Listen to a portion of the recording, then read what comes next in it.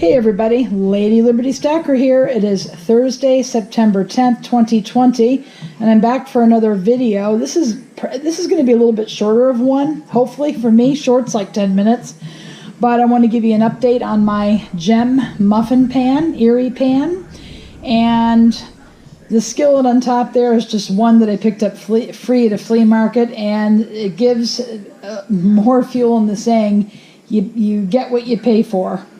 Or not. And then the bigger skillet underneath is what we found on Labor Day weekend. We always go away every Labor Day weekend, and we, do a variety of activities. One includes looking for cast iron at antique malls. In the area we had gone to for the past 2 or 3 years, or at least last year, had a ton of cast. I came back with a nice haul. Not so much this year, but I've been lucky throughout the summer finding good cast iron, so I really have nothing to complain about.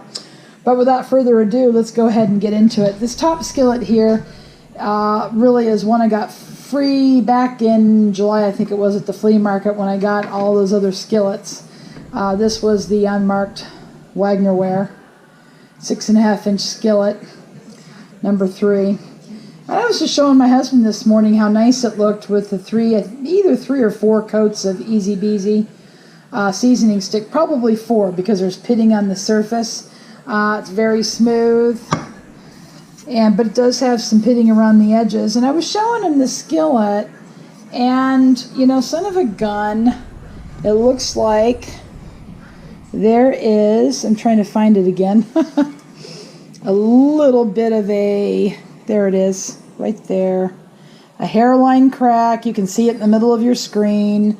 So I flipped the skillet over and to see if I could see it on the other side. And there it is. Where is it? It's hard to find. I know it's there. There it is.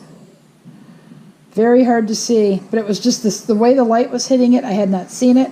It was covered with rust and crud, and I was going to maybe try to sell this skillet, but it's really not really, or maybe gift it to somebody. It'd be great for making burgers and such, but with the crack in the sidewall, even though it's hard to see, you could probably still cook with it. It's really not an area that's going to worry about the structural integrity. However, if it's misused, dropped, sudden heat changes, or even, searing a small, pork chop or something, if it's got a crack started, it could crack all the way through. So it's probably going to go out for the metal pickers unless somebody says, I want it. Anyway, that's that. Kind of disappointing, but it will go for the metal pickers. Because cracked cast iron, there's not a whole lot you can do with it unless it's like a Griswold or an ERIE and you want to make a clock out of it. All right, next up is my ERIE popover pan, and it is a number 10. It is a 948 ERIE, and this one was gifted to me by Brian P. back in the spring. He wanted to see it restored. I restored it in the last video. As you can see, it came in very well. I'm going to put the camera down. I'm going to bring it over here so you can see it a little bit better. Get it set up on the tripod here, and okay, I'm going to go ahead and bring it over so you can really check it out. And you can see here that I was able to get all the flash rust off, and just the way the light hits it, it looks like it has a patina on it, but it looks really, really black. And we're going to flip it over and look at the individual cups. You can see there with the light. And I got all the old seasoning out of the base of the cups, which I was happy about. And I'm going to set this down for just a minute. I'm going to show you a couple of things, guys. Right back. Kind of showing you how I did this. Okay. Let me move the camera around. Push it over just a little bit. There we go. Okay, there we go. Now, this was a lifesaver, especially for to get this little attachment here to get down in the cups. I looked for a copper one, but I had nothing with this attachment. As you can see, it did not cause any damage or stroke marks. This is a stainless steel brush. Ideally, copper is the best, but this attachment here really helped make it easy to get down in the nooks and crannies and knock off that rust and old seasoning. Of course, after I had it in lye and soaked it in its vinegar bath. So you can see some of the old, if you look up close, some of the old rust on this brush. But that brush was a lifesaver.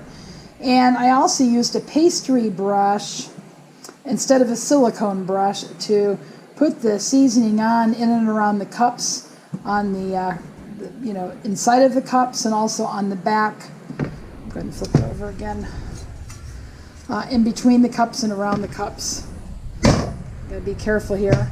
I have a silicone pad on order, so that way when I do my seasoning, hopefully I can put that on top of my stovetop, and when I set things down, it'll protect my stovetop. I've kept scratches from it, but you just, want to be extra careful.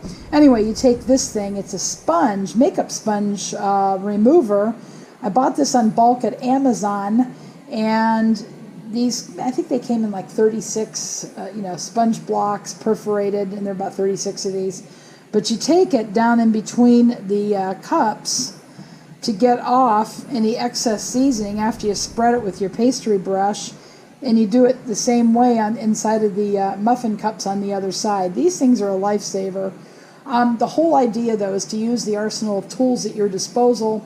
You just want to make sure to use what works. Just because it works for me, it maybe doesn't work for you. But these, I'll link below, that I bought at Amazon, have performed quite well. They're really wonderful in redoing a waffle iron when you just take it in between the rows like so, or like this, to remove the seasoning. It was just a piece of cake doing a waffle iron, I kid you not. So I will link that below in the description, and you can see that. But I'm very happy with this. Came out nice and black. I put 4 coats on only because I missed something that I spotted on the 3rd coat, so better safe than sorry. Anyway, I love that thing. So we're going to figure out what to use it for. All right, now moving on. And thanks again, Brian, for getting that to me. I don't know if I want to do another one, so it was hard to do. But if you find an old waffle iron, I'm all yours. All right, next up is this skillet here. And like I said, we went away Labor Day weekend, and there were a bunch of antique malls that were there last year. A lot of them had closed and did not reopen, some permanently, some temporarily because of COVID. And we went back to the same mall last year where I found a bunch of things and no good. And we do other activities while we're there too. But we decided to hit this antique mall on the way home. It's on the way out of the area. Had a nice breakfast at a diner. Try to eat at places that we don't have a chance to eat at home. But anyway, so we stopped at the antique mall, 110,000 square feet, probably 200 vendors. We went there last year. We didn't find a thing. And I know my husband said last year when we walked into the mall, we're not going to find anything here. I just know it. And he was right. We didn't find anything. This year I said, keep your eyes peeled. Look for anything black and shiny, or at least black, that's hanging on the wall or on a floor. So we kind of split up, and he was looking in some parts. I was looking in other parts. And he said, hey, I think I found one. And this was actually locked up in a glass storage cabinet or display cabinet with a bunch of other things like stuffed animals and action figures and whatnot. This was the only cast iron piece in this particular vendor's booth, and it was an interior booth in the mall. I didn't see it, but I hadn't gotten to that part of the antique mall, and he saw it, and I said, oh my gosh, we got to try for it. We saw the other side of it, but from this side of it, it looks like either a Wagner or a Griswold, because their fonts and their way of doing things were very, very similar back in the day. If you're still watching, put in the comments section if you think it's a Griswold or a Wagner, and I know you're still watching. Anyway, it's very smooth cooking surface, very smooth in the sidewalls. It does have a little movement. You push the handle, and it goes maybe a quarter of an inch to a little more of a quarter of an inch. Not too bad. About 3 business cards will stop the movement. That's how you quantify it if you're going to sell it.